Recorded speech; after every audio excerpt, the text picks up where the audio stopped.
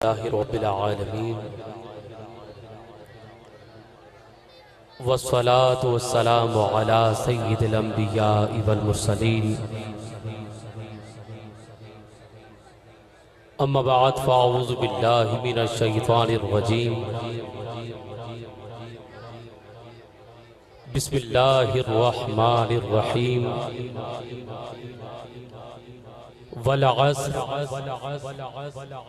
صدق الله العظيم يا صاحب الجمال ويا سيد البشر